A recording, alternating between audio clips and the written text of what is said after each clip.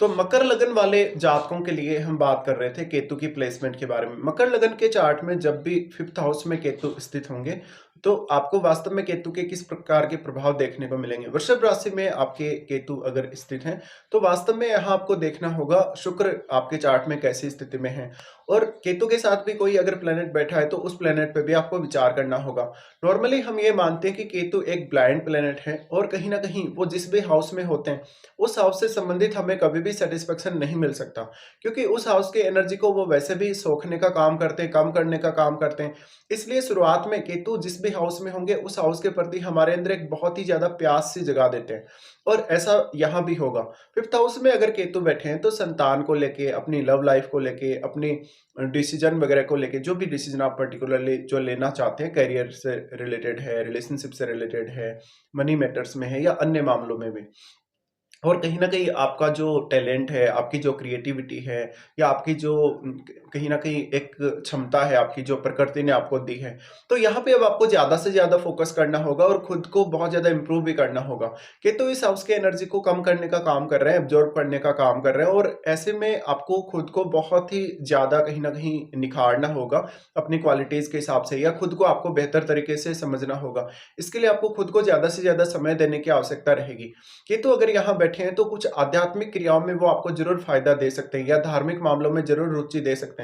लेकिन क्योंकि ये अब शुक्र का घर है, शुक्र के घर में कभी भी केतु उतना ज्यादा कंफर्टेबल नहीं रहेंगे। अगर इनको बृहस्पति का साथ मिल जाता है, या इवन चंद्रमा का भी अगर कहीं न कहीं सपोर्ट मिल जाता है, या चंद्रमा अगर केतु के साथ स्थित होते हैं, उस केस में आपके लिए आध्यात्मिक या धार्मिक क्रियाएँ करना थोड़ा आसान ज़रूर हो जाएगा।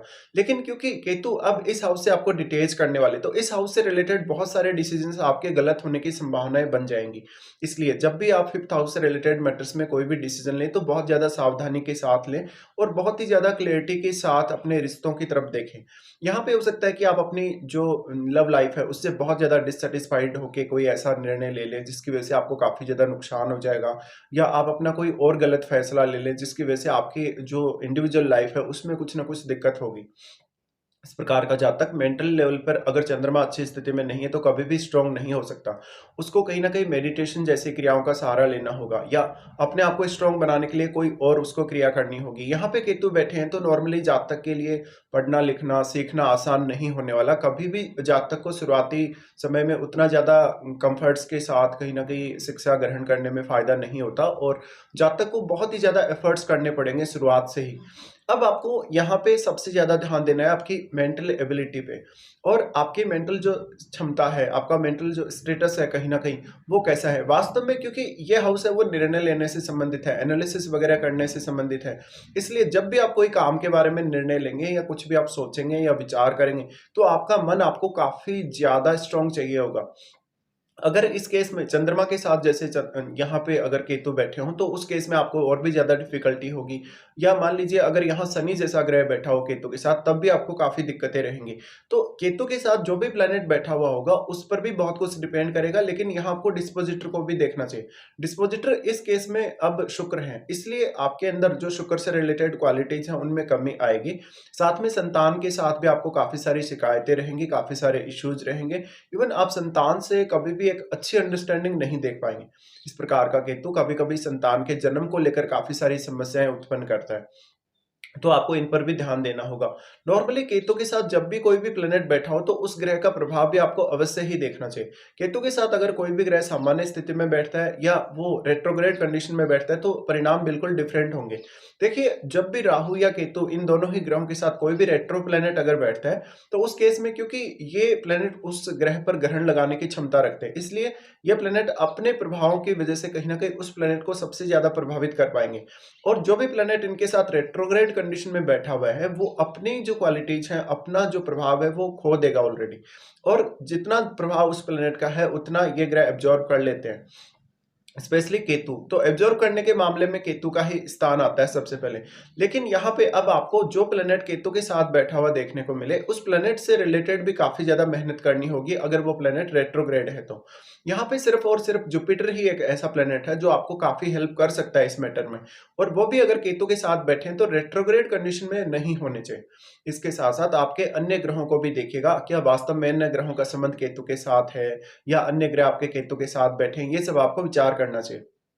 नॉर्मली हम ये मानते हैं कि कोई भी फायरी प्लैनेट अगर केतु के साथ बैठा हो, तो केतु पर काफ़ी ज़्यादा स्ट्रॉन्ग इम्पैक्ट वो डाल पाएगा। और क्योंकि केतु मंगलवत चलते हैं हमेशा, इसलिए मंगल को आप ज़रूर देखिएगा। मंगल का किसी भी तरीके से केतु से कोई संबंध बन रहा है या नहीं बन रहा। क्योंकि मंगल का अगर संबंध बनेगा, तो केतु आपको बहुत ज़्यादा डिससैटिस्फाइड रखेंगे और आपको कुछ गलत डिसीज़न लेने के लिए भी प्रेरित कर सकते हैं फ़ॉल्सली।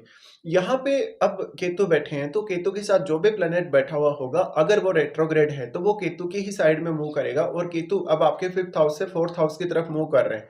इसलिए वो प्लैनेट पे केतु बहुत इम्पैक्ट डाल सकते हैं अपना, बहुत ही स्ट्रांगली। लेकिन अगर कोई भी प्लैनेट सामान्य स्थिति में केतु के साथ बैठा है, तो उस केस में वो प्लैनेट आपके 5th हाउस से 6th हाउस की तरफ मूव कर रहा है और केतु आपके 4th हाउस की तरफ मूव कर रहे हैं। तो दोनों ही प्लैनेट यहाँ फिर ऑपोजिट डायरेक्शन में मूव करने की वजह से यहाँ आपको ज़रूर फ़ायदा मिल जाएगा। लेकिन आपको ये देखना होगा कि वास्तव में केतु यहाँ कितना ज़्यादा स्ट्रॉन्ग है डिग्री वाइज़, कितना ज़्यादा बली है। और जो प्लैनेट अन्य प्लैनेट यहाँ बैठा है, वो यहाँ पर किस प्रकार से बैठा है, कौन से कहीं न कहीं वो भाव का स्वामी है। साथ में वो यहाँ शुक्र के साथ किस प्रकार के संबंध रखता है, और अगर वो 5th हाउस में बैठता है, तो उसका प्रभाव या उसके परिणाम कैसे रहेंगे। तो नॉर्मली हम ये मानते हैं, अगर यहाँ मंगल जैसा ग्रह बैठा है या कोई भी अन्य फायरी प्लैनेट अगर यहाँ बैठा है, तो फिर ये रिश्तों के लिए बिल्कुल भी अच्छा नहीं रहेगा। डिसीजन लेने के लिए भी आपको अपने आप को बहुत ज़्यादा कंट्रोल में लाना होगा। अगर जुपिटर जैसा प्लैनेट बैठे, तभी आपको सबसे ज़्यादा सहायता मिल सकती है, और वो भी रेट्रोग्रेड कंडीशन में नहीं होने चाहिए। इसी प्रकार से अगर चंद्रमा बैठे, तो डायरेक्टली आपके मन को काफ़ी ज़्यादा डिस्टर्बेंस आएगा। तो अब इसका जो सबसे ज़्यादा प्रभाव है, वो आपके टैलेंट, आपकी खुद की क्वालिटीज़, आपके निर्णय लेने की क्षमता, सोचने-समझने की क्षमता, एनालिसिस करने की क्षमता, और विपरीत परिस्थितियों में जो क्विकली आपको निर्णय लेने की क्षमता है, कहीं न कहीं वो काफ़ी प्रभावित होगी। इसलिए अब आप एक तो अपने मन को काफ़ी ज़्यादा स्ट्रॉन्ग रखें। जितना ज़्यादा आप अपना मन स्ट्रॉन्ग रखेंगे, उतना आपको फ़ायदा मिलेगा। इसके साथ-साथ हर प्रकार की कंडीशन को झेलने के लिए आपको सक्षम होना चाहिए। और इस प्रकार का अगर मंगल से संबंध बना ले केतु, तो वास्तव में ये बहुत ज़्यादा ही आपको फ्रस्ट्रेट करेगा। इस प्रकार से जो भी प्लैनेट केतु के साथ बैठे हैं, उन प्लैनेट्स को देखना चाहिए। अगर वो प्लैनेट कहीं न कहीं रेट्रोग्रेड कंडीशन में हैं, तो उन भावों को देखिए जिनके वो स्वामी हैं। उन भावों से जुड़े हुए आपके रिश्ते, उन भावों से जुड़ा हुआ आपका कोई भी प्रकार का फ़ायदा या कोई भी प्रकार का गेन, ये पाना आपके लिए बहुत ज़्यादा मुश्किल होगा, और रिश्तों में भी काफ़ी ज़्यादा मिसअंडरस्टैंडिंग्स देखने को मिलेंगी। इसके साथ-साथ हो सकता है कि छोटी आयु में ही या बहुत ही कम समय में आप उन रिश्तों से डिटैचमेंट की तरफ जाने लगें। इस प्रकार का केतु हालाँकि आपको काफ़ी सारे ऐसे अनुभव देगा, काफ़ी सारे नए-नए अनुभव देगा, जिसमें आपकी इंट्यूशन पावर को लेके, आपके सिक्स्थ सेंस को लेके काफ़ी सारे प्रभाव भी देखने को मिल सकते हैं, जो आपके लिए फ़ायदेमंद रहेंगे। इसके साथ ही क्या वास्तव में शनि का कोई भी प्रभाव यहाँ है या नहीं है? देखिए, क्योंकि शनि आपके लग्नेश हैं और आपके सेकंड लॉर्ड भी हैं, तो फिर आपको अपने आप पर ज़्यादा फ़ोकस करना होगा अगर शनि यहाँ बैठते हैं केतु के साथ। और अगर रेट्रोग्रेड कंडीशन में बैठते हैं, तो इस प्रकार से फिर आप बहुत ज़्यादा कन्फ्यूजन में भी रहेंगे। इसके साथ-साथ क्योंकि शनि सेकंड लॉर्ड है, शनि अगर केतु के साथ बैठते हैं, तो सेकंड हाउस से रिलेटेड भी प्रॉब्लम्स कहीं न कहीं आपकी लाइफ़ में अराइज़ होंगी। इसी तरीके से केतु के साथ अन्य जो भी ग्रह बैठे हैं, उनके भावों को देखिएगा। अगर कोई भी शुभ ग्रह यहाँ केतु के साथ बैठेगा, उस केस में उसकी शुभता में काफ़ी ज़्यादा कमी आ जाएगी, और अगर वो रेट्रोग्रेड भी हो जाए, तो उस केस में और भी ज़्यादा कमी होगी। लेकिन कोई भी फायरी प्लैनेट अगर केतु के साथ बैठेगा, तो यहाँ फायरी प्रभाव बहुत ज़्यादा बढ़ जाएगा। इसलिए आपको फिर रिश्तों में काफ़ी सारी समस्याओं का सामना करना पड़ेगा, स्पेशली अपने संतान के साथ, अपने जो भी लव लाइफ है, अगर आपका कोई भी लवर है, तो उनके साथ। इसी तरीके से आप यहाँ ये बोल सकते हैं कि इस प्रकार का जो केतु है, क्योंकि राहु का प्रभाव भी है यहाँ पर, लेकिन राहु और केतु के मध्य 180 डिग्री का जो एंगल बना हुआ रहता है, वो एंगल हमेशा ही हर कंडीशन में बना हुआ रहेगा। इसलिए राहु के साथ बैठा हुआ ही जो प्लेनेट है, वो यहाँ सबसे ज़्यादा प्रभाव डाल पाएगा, क्योंकि राहु के साथ बैठा हुआ प्लेनेट बहुत ज़्यादा मल्टीप्लाई हुआ है। राहु ने उसको काफ़ी ज़्यादा मल्टीप्लाई किया है कहीं न कहीं। तो जातक को उस प्लेनेट को देखना चाहिए, और उसका प्रभाव केतु पर और केतु के साथ बैठे हुए ग्रह पर सर्वाधिक रहेगा। लेकिन राहु का प्रभाव उतना अधिक यहाँ नहीं रहेगा, उस प्लेनेट की अगर हम तुलना करें तो। इसके साथ-साथ आपको अपनी महादशा पर भी अवश्य ही विचार करना होगा कि आपको कौन-सी महादशा चल रही है इस समय में, या अगर आपको केतु की महादशा है या केतु के साथ बैठे हुए ग्रह की अगर महादशा है, तो वो कौन से एज पीरियड में आपको स्टार्ट होने वाली है। तो ये सब देखने के बाद आप यहाँ सीरियसली जज कर पाएँगे कि वास्तव में केतु आपको किस प्रकार के प्रभाव दे सकते हैं। नॉर्मली इस प्रकार का केतु हो, तो फाइनेंशियली किसी भी प्रकार का रिस्क ना लें। लॉटरी वगैरह, सट्टा वगैरह, शेयर मार्केट वगैरह के लिए हो सकता है कि आपका चार्ट उतना ज़्यादा फेवरेबल ना हो। इसलिए यहाँ आप जितना ज़्यादा रिस्क लेंगे, उतना ही ज़्यादा नुकसान भी उठाएँगे। तो यहाँ पर जितना ज़्यादा फ़ायदा हो सकता है, जितना अनएक्सपेक्टेड तरीके से आप सोचते हैं, उतना ही ज़्यादा यहाँ पे रिस्क भी है।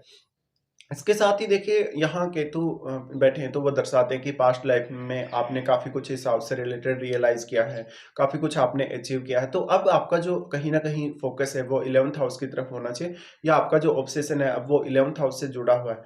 तो आपको 11th हाउस की तरफ ही अब ज़्यादा से ज़्यादा ध्यान देना होगा और इस हाउस से जुड़े हुए रिश्तों और पर्टिकुलरली जो भी इस हाउस से जुड़ा हुआ टैलेंट है, उससे किसी भी प्रकार की कोई बड़ी अपेक्षा आपको नहीं रखनी चाहिए। तभी जाकर आप कुछ हद तक यहाँ सैटिस्फैक्शन पा सकते हैं।